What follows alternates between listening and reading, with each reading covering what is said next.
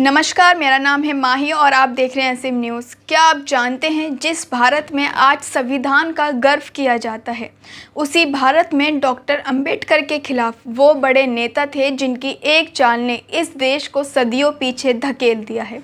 असली गद्दारी जानिए। आज भारत जिस संविधान पर गर्व करता है, जिसकी वजह से हर नागरिक को बराबरी का हक मिला, उस संविधान को निर्माता डॉक्टर भीमराव अंबेडकर ने उस वक्त वह लड़ाई लड़ी थी जब पूरा सिस्टम उनके खिलाफ था। आज हम उनके विचारों की बात करते हैं, लेकिन उस समय उनका विरोध करने वाले कौन थे? वही लोग थे जिन्होंने अंबेडकर के सपनों को कुचलने की पूरी कोशिश की। उन्होंने सिर्फ डॉक्टर अंबेडकर का नहीं, बल्कि पूरे भारत के दलित, बहुजन, शोषित समाज का गला घोटने का काम किया है। लेकिन इस कहानी में सबसे बड़ी बात यह है, डॉक्टर अंबेडकर जैसा कोई नहीं था, ना है और ना ही होगा। जिस देश में अंबेडकर ने संविधान लिखा, उसी देश में उन्हें अपमानित किया गया, मगर उन्होंने कभी भी हार नहीं मानी। उनकी ताकत थी ज्ञान, तर्क और इंसाफ। उनका हर कदम, हर फैसला इस देश के लिए था, लेकिन विरोधियों की चालें इस देश को तोड़ने के लिए थी। आज हम उन चेहरों को सामने लाएंगे जो देश की असली प्रगति के दुश्मन थे, और हम दिखाएंगे कैसे डॉक्टर अंबेडकर अकेले पूरी व्यवस्था से लड़ते रहे। यह सिर्फ कहानी नहीं, यह सच्चाई है। डॉक्टर अंबेडकर के खिलाफ सबसे बड़ा और संगठित विरोध उस समय से बड़े नेताओं से ही आया था। नाम लेने में संकोच नहीं होना चाहिए। गांधी, नेहरू और पटेल जैसे नाम जो आज इतिहास में बड़े सम्मान से लिए जाते हैं। उन्होंने अंबेडकर की राह में सबसे ज़्यादा रूढ़ें अटकाई। सबसे पहले बात करते हैं गांधी की। जब अंबेडकर ने दलितों के लिए अलग निर्वाचन मंडल की मांग की थी, तो गांधी ने पूना पैक के जरिए उसे कुचल दिया। गांधी ने उपवास रखकर अंबेडकर पर दबाव बनाया ताकि दलितों को राजनीतिक शक्ति ना मिले। सवाल यह है, अगर गांधी वाकई सबके हितैषी थे, तो उन्होंने दलितों के अधिकारों पर सौदा क्यों किया? क्यों अंबेडकर की राजनीतिक आवाज़ को ख़त्म करने की कोशिश की? दूसरी तरफ नेहरू का भी रवैया कुछ ऐसा ही था। जब अंबेडकर ने हिंदू कोड बिल लाकर महिलाओं को अधिकार देना चाहा, तो नेहरू सरकार ने उसे संसद में पास कराने से रोका। आखिर क्यों अंबेडकर के आधुनिक भारत बनाने के सपने को बार बार रोका गया? पटेल, जिनके बारे में कहा जाता है कि वे भारत के पुरुष थे, वह भी अंबेडकर से कई मुद्दों पर असहमत थे और खुलेआम उनकी आलोचना करते थे। ये वही लोग थे जिन्होंने पर्दे के पीछे अंबेडकर को नीचा दिखाने में कोई कसर नहीं छोड़ी। लेकिन अंबेडकर अकेले नहीं झुके। उनके पास ना सत्ता थी, ना भीड़, बस एक कलम थी, और वही कलम आज भारत की सबसे बड़ी ताकत बन गई है। जिस संविधान पर भारत चलता है, उसकी बुनियाद अंबेडकर ने रखी थी। अगर उस वक्त गांधी, नेहरू, पटेल की राजनीतिक ना होती, तो आज भारत कहीं आगे होता। इतिहास के पन्नों में जो लिखा गया है, वो अधूरी कहानी है। असली कहानी ये है कि अंबेडकर ने देश के लिए वो कुर्बानी दी जिसकी कल्पना भी कोई नहीं कर सकता। डॉक्टर अंबेडकर की असली ताकत उनकी शिक्षा थी। जिस समय भारत के करोड़ों लोग शिक्षा से वंचित थे, अंबेडकर ने अमेरिका और लंदन से डिग्रियां ली। यही बात उस दौर के ब्राह्मणवादी नेताओं को खटकती थी। वे जानते थे कि अगर अंबेडकर का विचार आगे बढ़ा तो वर्ण व्यवस्था खत्म हो जाएगी। यही कारण था कि संविधान सभा में भी अंबेडकर को बार बार अपमानित किया गया। लोग उनके कपड़ों पर टिप्पणियां करते थे, उनके उच्चारण पर हंसते थे, लेकिन अंबेडकर ने हर अपमान को अपने आत्मसम्मान में बदल दिया। गांधी, नेहरू, पटेल ने मिलकर उन्हें राजनीतिक तौर पर अलग थलग करने की साजिश रची। जब अंबेडकर ने अलग दलित आंदोलन शुरू किया, तो उसे देश विरोधी घोषित कर दिया गया। सवाल यह है, जो आदमी दलितों को बराबरी दिलाना चाहता है, उसे देश विरोधी क्यों कहा गया? असल में वे ब्राह्मणवादी ताकतें थीं जो चाहती थी कि भारत हमेशा जातिवाद में डूबा रहे, ताकि कुछ खास जातियों का वर्चस्व बना रहे। अंबेडकर का विरोध व्यक्तिगत नहीं था, वह पूरी व्यवस्था के खिलाफ थे। उन्होंने हिंदू धर्म की कुरीतियों पर हमला किया, इसलिए उन्हें हिंदू विरोधी कहा गया। लेकिन क्या सच्चाई को सामने लाना गुनाह है? अंबेडकर ने हमेशा कहा, मैं उस धर्म को नहीं मान सकता जो इंसानों में भेदभाव करे। यही वजह थी कि उन्होंने आखिर में बौद्ध धर्म अपनाया ताकि शोषित समाज को आत्मसम्मान मिल सके। उनकी ये मात्रा सिर्फ व्यक्तिगत नहीं थी, ये पूरे समाज की लड़ाई थी। डॉक्टर अंबेडकर का जीवन सिर्फ संघर्ष की कहानी नहीं थी, बल्कि ये कहानी थी उस आदमी की जिसने अकेले पूरी व्यवस्था से लड़ने की हिम्मत दिखाई। आप सोचिए, जिन लोगों ने भारत की आज़ादी की बातें की, वही लोग अंबेडकर की आज़ादी छीनने में लगे थे। आज़ादी का मतलब सिर्फ अंग्रेजी से आज़ादी नहीं था, बल्कि उस जातिगत शोषण से भी आज़ादी थी जो भारत को अंदर से खा रही थी।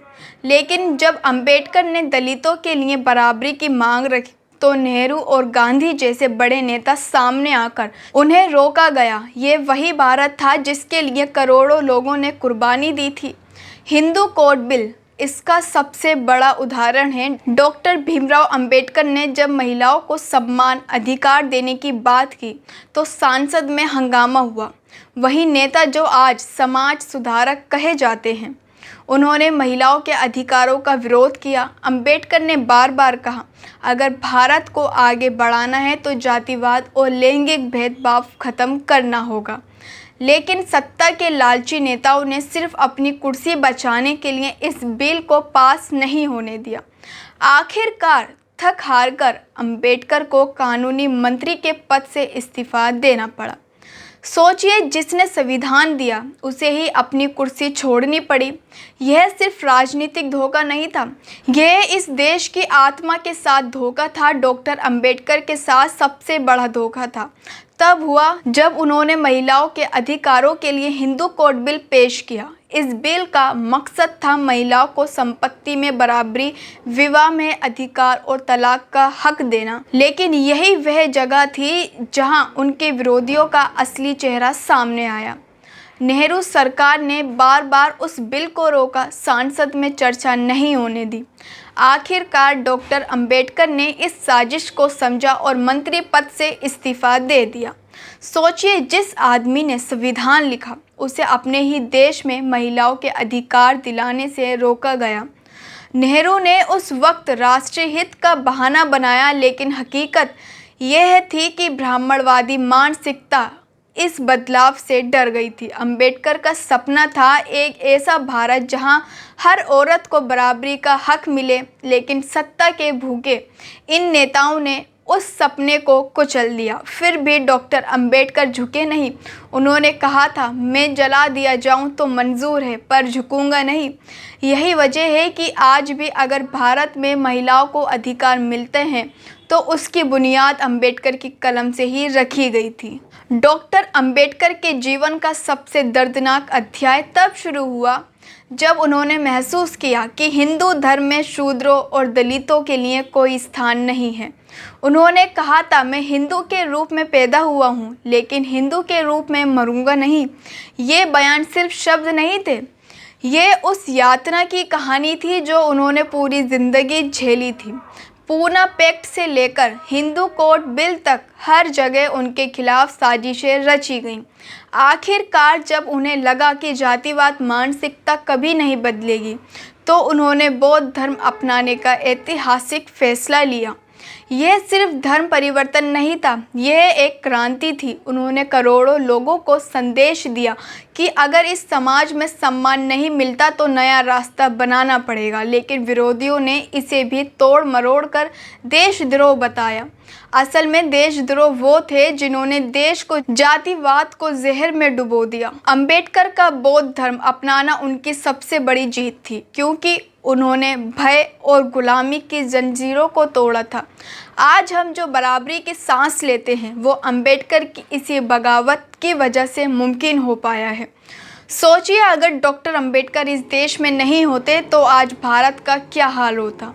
जिस संविधान पर आज गर्व किया जाता है वे कभी नहीं बन पाया होता। दलित बहुजन महिलाओं को शिक्षा, नौकरी, वोट देने का अधिकार शायद कभी नहीं मिल पाता। भारत आज भी वर्ण व्यवस्था के उसी अंधेरे में जकड़ा होता। जहाँ कुछ ऊंची जातियों का राज चलता है और बाकी करोड़ों लोग सिर्फ गुलाम बने रहते हैं। अंबेडकर अकेले वो शख्स थे जिन्होंने उस अंधेरे में रोशनी की लौ जलाई। उन्होंने कहा था, शिक्षित बनो, संगठित रहो और संघर्ष करो। अगर अंबेडकर नहीं होते तो शायद आज भी हमारे समाज में छुआछूत खुलेआम चलता, दलितों का मंदिर में प्रवेश रोक दिया जाता, महिलाएं बिना अधिकारों के जीने को मजबूर होती। अंबेडकर ने भारत को संविधान ही नहीं दिया, उन्होंने आत्मसम्मान का पाठ पढ़ाया। उनके विरोधियों ने भारत को जातिवाद में डुबोने की पूरी कोशिश की, लेकिन अंबेडकर ने इस देश को संविधान, शिक्षा, बराबरी का रास्ता दिखाया। असली भारत, असली आज़ादी तभी आई जब अंबेडकर ने कलम उठाई। और ये सच है और ये सच कभी कोई मिटा नहीं सकता। डॉक्टर अंबेडकर के विरोध में खड़े हुए नेता सिर्फ विरोधी नहीं थे, बल्कि उस ब्राह्मणवादी सोच के प्रतिनिधि थे जो सदियों से दलितों और शोषितों को दबाकर रखना चाहती थी। अंबेडकर की सबसे बड़ी ताकत यही थी कि उन्होंने उन चेहरों को बेनकाब किया जो ऊपर से देशभक्त दिखाते थे, लेकिन असल में जातिवाद के पोषक थे। अंबेडकर ने अकेले वो कर दिखाया जो करोड़ों लोगों का सपना था, बराबरी, न्याय और सम्मान। आज जिन नेताओं के नाम पर सड़कें और स्टैचू बनते हैं, असल में इतिहास उन्हें धोखेबाज के तौर पर याद रखिएगा। अंबेडकर को कभी सत्ता नहीं मिली, लेकिन उन्होंने विचारों से सत्ता को हिला दिया। अगर आज आप बराबरी से जी रहे हैं तो उसकी वजह अंबेडकर है। अंबेडकर ने सिर्फ संविधान नहीं लिखा, उन्होंने भारत को इंसानियत दिखाई। अगर आपको लगता है कि डॉक्टर अंबेडकर के साथ इस देश में अन्याय हुआ है, तो इस वीडियो को हर उस इंसान तक पहुंचाओ जो सच्चाई जानना चाहता है। आज भी अंबेडकर के विचार दबाए जा रहे हैं, लेकिन ये हमारी जिम्मेदारी है कि हम सच को आवाज़ दें। वीडियो को लाइक करें, शेयर करें और चैनल को सब्सक्राइब करें और कमेंट में अपनी राय ज़रूर लिखें, ताकि पूरी दुनिया जाने कि अंबेडकर का सपना अभी ज़िंदा है।